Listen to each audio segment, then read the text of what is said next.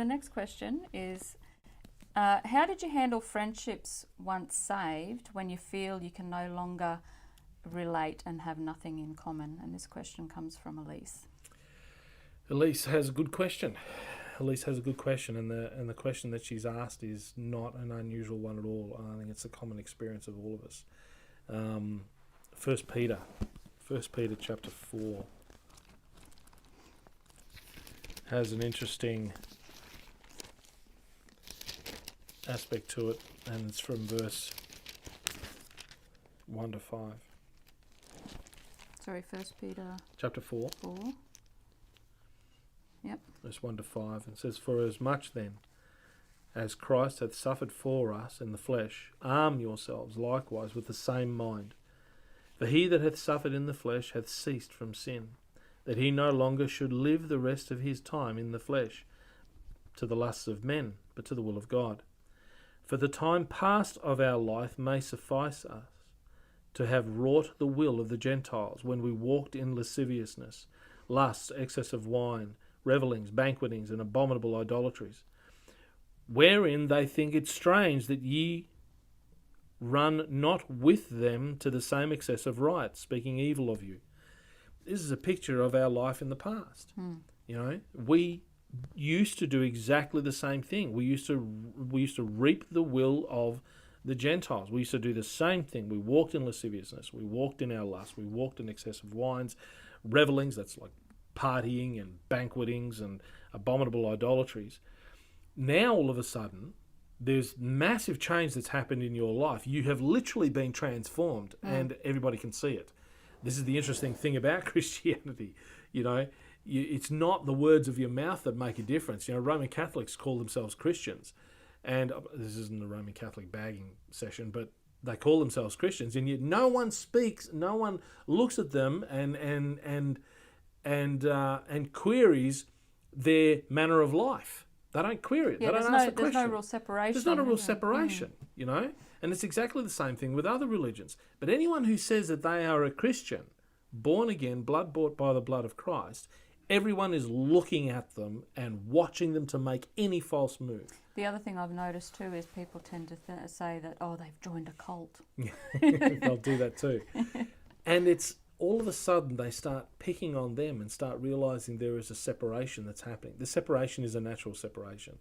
It's heartbreaking too, because we lose some people who, at times, some people who are close friends, but also people who not necessarily leading us in the right direction. Before I became a Christian, there was one thing that I remember. I read a lot of secular books, and even many of those secular books would also talk about the same thing.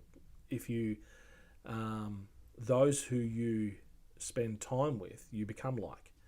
The Bible actually has a reference to that, and it says, "Can two walk together except they be agreed?" So if you are going to hang around people who are lascivious, excess of wines, revellings, banquetings, abominable idolatry, if you're going to be hanging around with a thief, you're going to become a thief. If you're going to be hanging around with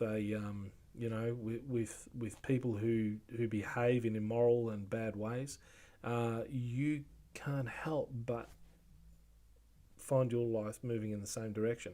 So one of the reasons as a parent, you used to be very watchful over the people your children hung around with. They're a bad influence. I don't want my son or my daughter being with that person. She smokes and my daughter's going to end up smoking. And we know that from experience, because exactly the same thing happened to us when we were growing up. If we hang around individuals who, however, are moving in a positive direction, which all the wicked people used to stir up, and I was one of them. There was always a group of kids at school that we used to refer to as stems. They were too straight, It's an interesting name. We called them stems, and we used to stir them up because they were on the outer. It's exactly the same thing. What happens though when you come to Christ? It's just a little bit more pronounced. Because now you literally are changed on the inside. It's not that you've made a stern decision that you're not going to be drinking alcohol or at a party or anything like that, or getting drunk or anything like that.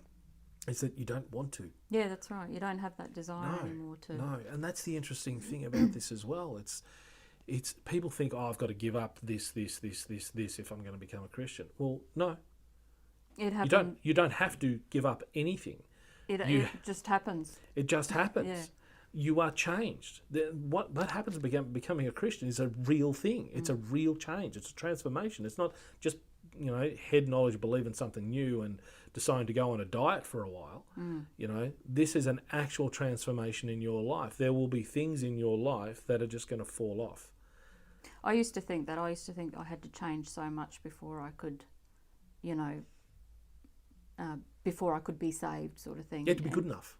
Yeah, exactly. And that, I think for me, that was my stumbling block back then. And yeah, it was just weird because when it happened happened naturally. It was like, oh, how did I enjoy doing those things before? Yeah.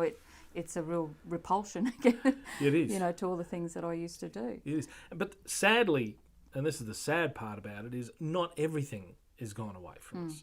There are a lot of things that have fallen off. I think there's still things that everybody has struggles with. Still struggle with. And 1 Corinthians speaks about that. It says, there hath no temptation taken you, but such as is common to man.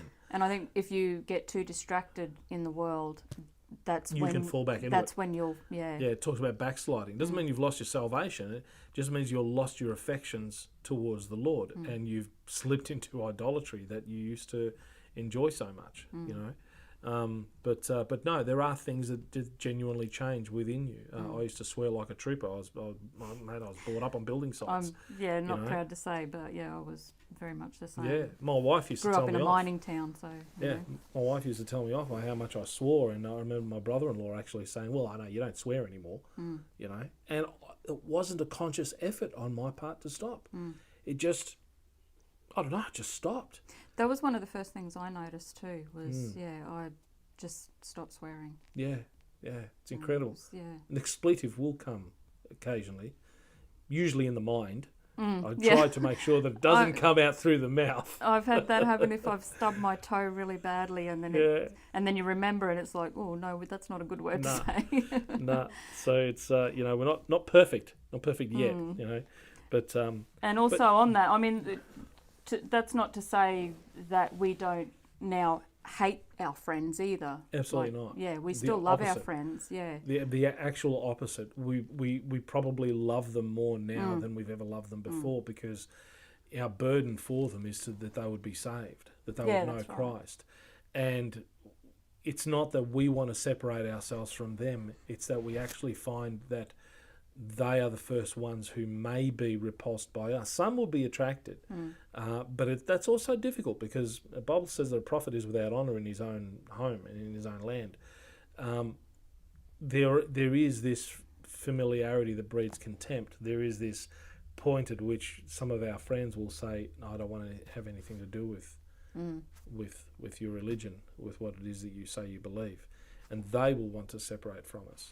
There's this repulsion that happens. I remember when I stopped drinking, and it was exactly the same sort of thing. Being conscious of it also, because it was strange for me to stop drinking. I was never an alcoholic. I enjoyed the social drink, and I didn't mind a glass of port or this and that and the other. But desiring to become a pastor, I knew what the scriptures taught with respect to it, and I needed to really refrain from it and start moving away completely from drinking at all.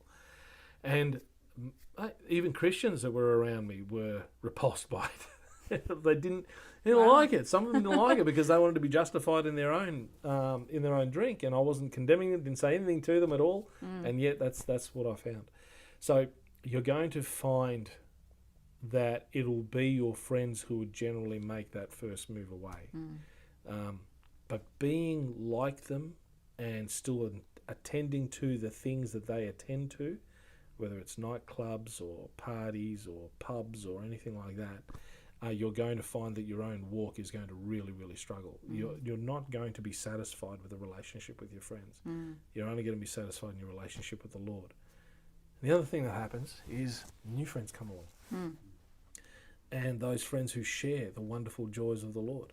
Yeah. A matter of fact, one of the biggest sorrows that many Christians have expressed to me is that they don't have any friends who know Christ.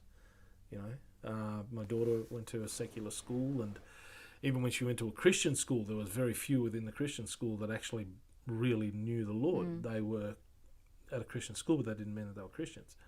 And that was the thing that she found, and she longed for a friend who knew the Lord, that they might be able to talk about the Lord with. You know, you need to join a faithful church to find that. Yes, we've made some wonderful friends. Yeah, it's And a wonderful blessing. And it's grown, It has hasn't grown. it? It's good. Okay, so next question is